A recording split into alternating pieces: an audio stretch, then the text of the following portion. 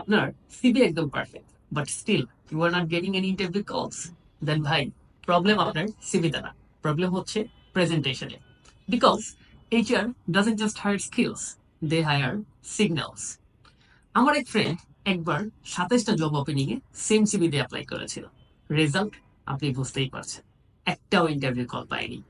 আমি যখন তাকে জিজ্ঞেস করলাম, did you customise your CV before applying for every position, he said, ভাই টাইম পাইনি।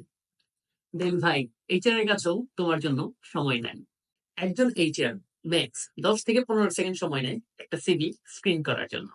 Within this time frame, if your top 5 lines don't scream, I can solve your problem, then you are gone.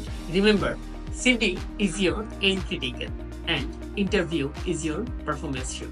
So prepare like a pro. Daily শুধুমাত্র পড়লেই হবে না, decode করুন।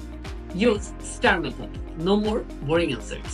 আর I'm hardworking না বলে বলুন, my word saved 20%, impact matters. CV বড় না, রিলেভেন্ট হওয়া দরকার। সিভি হচ্ছে আপনার first impression, so make it count. আর ট্যাগ করুন সেই বন্ধুকে যে র্যান্ডম সিভি পাঠাচ্ছে আর ভাবছে এইচআর আমাকে ডাকছে না কেন।